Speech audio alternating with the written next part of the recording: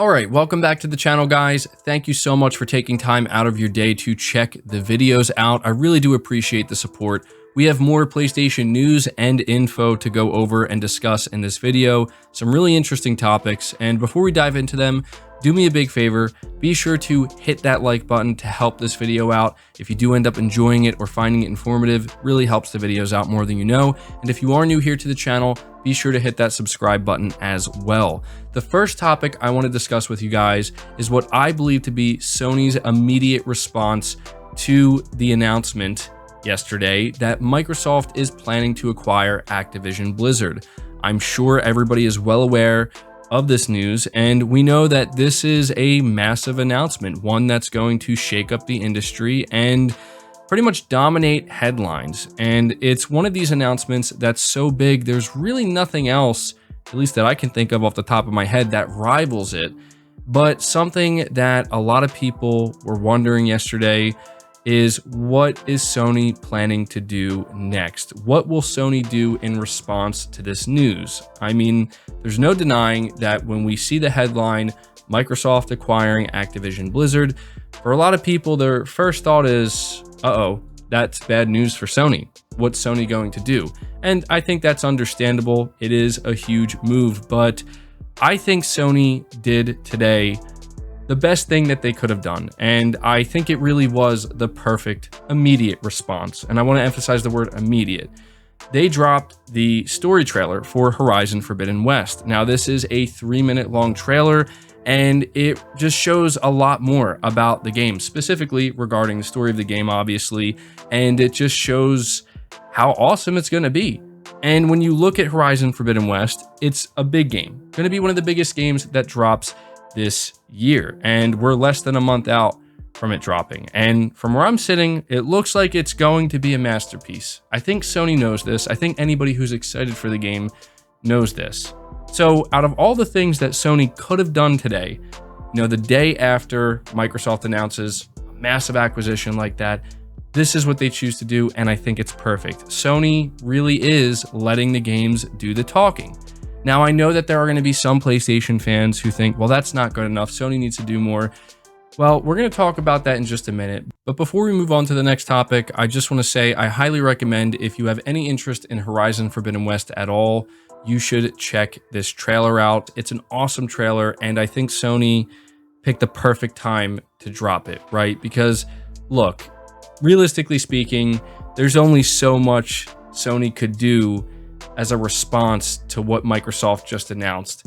And when I think of all the different things they could have done, maybe, I don't think anything comes close to just how perfect this is. Hey, we're here to just remind you that we have a big AAA game launching in less than a month. It's going to be one of the biggest and likely one of the best games that comes out this year, possibly all generation. Here's a new 3-minute long trailer hyping you up for the story and, you know, the journey you're going to be taking within this game. To me, it's perfect. So you can let me know what you think about that. And I also do want to let you know, before we move on, because I almost forgot, that what we also learned in this trailer is that there are going to be some other actors that are joining the cast of Horizon Forbidden West. We have Angela Bassett. She will voice Regala, who is one of the primary antagonists within Horizon Forbidden West, but we also have Carrie Ann Moss from The Matrix. She plays Trinity. She is going to be part of this game as well, and it seems like she might have a significant role. So yeah, pretty cool to see that. But moving on to the next topic here, this is something that a lot of people have been talking about, and this is where we're going to kind of get into the conversation of, you know, what else could Sony be planning to do, if anything, in response, if they are planning to respond at all any further to this announcement. We see here, reading from Push Square, that Sony stock value loses $20 billion, but will likely recover. It's the biggest drop since 2008. So it says here, Sony shares have fallen by 13%, which equates to roughly $20 billion, since Microsoft announced its plans to acquire Call of Duty publisher Activision for $68 billion. The sharp drop in market value represents Sony's biggest loss since October 2008, removing $20 billion from the company's value in just one day. However, stock value is expected to recover in due course. Of course, this is simply how the stock market reacts to such major news. It always has done, and it likely always will. Interestingly, Microsoft stock value also took a slight hit yesterday. It is, after all, intending on spending $69 billion, and the news has negatively impacted its value too. Microsoft bought Activision at $95 per share, which, when is totaled to $68 billion, means the company paid around 45% above Activision's stock price prior to the announcement. There was positive news for other major publishers, however. Shares at Square Enix, Capcom, and Konami all rose by 5%, while Ubisoft went up by 11%. Perhaps shareholders see the companies as the next potential targets for an acquisition. So yeah, this is something that I've seen a lot of people talking about, and I think people are overreacting here. I mean, there's no doubt that this is not something that Sony as a corporation obviously wants to see. And I think what Push Square is highlighting here is just something that we see time and time again with the stock market. You know, when you see news like this, there are going to be people who, you know, have stock within Sony, and they do really believe like, uh-oh, this is it. You know, this is where Sony completely falls off track. This is where, you know, the beginning of the end, I guess you could say. And it's understandable that some people are going to have that reaction. As I said, this was a huge announcement, but I certainly do believe it's an overreaction, and there's no doubt in my mind that it is going to recover. But I do think that there is a positive to this entire situation. And I'm saying this from a fan perspective. The positive is that this undoubtedly does put some pressure on Sony. Now, we could argue how much pressure exactly it puts on Sony. You know, we could sit here and say that, oh, they're over there and they're sweating and panicking and don't know what to do. Or we could say that, you know, this is maybe just kind of nudging them to really think about some new strategies, or how they could maybe expand their current strategies and really just kind of brainstorm what they could do to combat this. Because the reality of the situation is that Sony cannot compete with Microsoft in this area. Sony cannot go spend 20, 25, 30 billion dollars, let alone something like 68 or 70 billion dollars. That's just not something Sony can do. So they will have to think about other ways. And I think, you know, when people talk about, hey, you know, Sony has to do this or they need to do that, I think we all need to relax a little bit here. Sony knows what they're doing. They've been doing this for a long time. Granted, we have not seen publishers being bought up like they are right now, and I will admit that that definitely adds as an uncertainty, I guess you could say, to all of this. But if there's one thing that Sony can, I think, double and triple down on, is what they're currently doing. And in fact, it might be exactly what they plan to do, and it might be the only thing they can do, realistically speaking. You know, we talk about them just releasing a new trailer for Horizon. I mean, this is what Sony does, man. They cultivate the talent, they grow their studios, and Guerrilla Games is bigger than they've ever been. And Horizon Forbidden West is a great example of how far they've come. And that's on top of all of the other studios, right? It's not just Guerrilla Games, it's almost all of the studios underneath Sony. They're all growing rapidly, they're all improving, and they're all releasing bigger and better games. And that is growth, right? It may not be the equivalent of Sony going out there and buying a publisher, but make no mistake, that is growth, and that is what has worked for Sony. Now, that's not to say Sony isn't doing some purchasing of their own. We know that they are purchasing studios more now than they ever have, but that's just it. We have to focus on the fact that Sony is out here purchasing individual studios. Studios like Housemarque, Bluepoint, Firesprite. They're not out here, you know, looking at publishers. And I know that we talk about this idea, hey, maybe they should consider trying to purchase Square Enix. They should maybe look at Capcom. Guys, I'm going to tell you now, that's not going to happen. I could be wrong, but from where I'm sitting, there's just no way Sony's going to pursue something like that.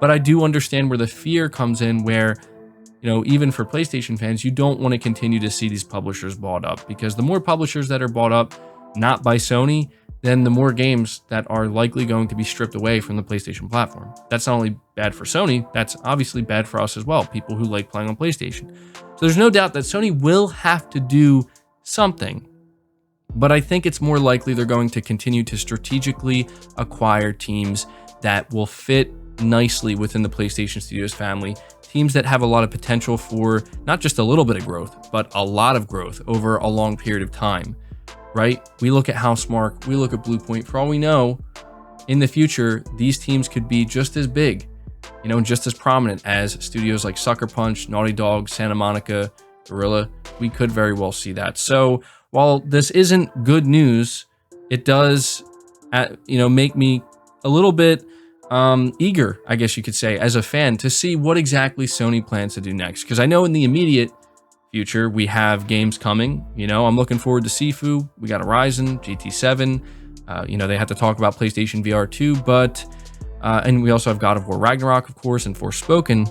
So we know the immediate future, but I'm very interested to see how all of this may end up influencing Sony's long-term decision-making, and when they do make future announcements, you know, what they plan to announce and share with us and let us know. So yeah, I wanted to be sure to just cover this and talk about it because a lot of you were pointing this out, and, you know, this is what I think of it. I wouldn't overreact. I wouldn't, you know, assume that, oh man, you know, Sony's falling apart. It's far from that. You know, they knew that this was going to happen the second that it was announced that, you know, Microsoft acquired Activision. And there's a good chance that Sony even knew about that prior. That would actually explain why Sony actually, you know, has so many multiplayer games in development, why they made partnership deals for exclusive games with Deviation Games, Firewalk, you know, studios that have veteran industry talent that worked on Call of Duty, Halo, Destiny, so on and so forth. So it all kind of makes sense, I guess. But there you go. That's my thoughts on this.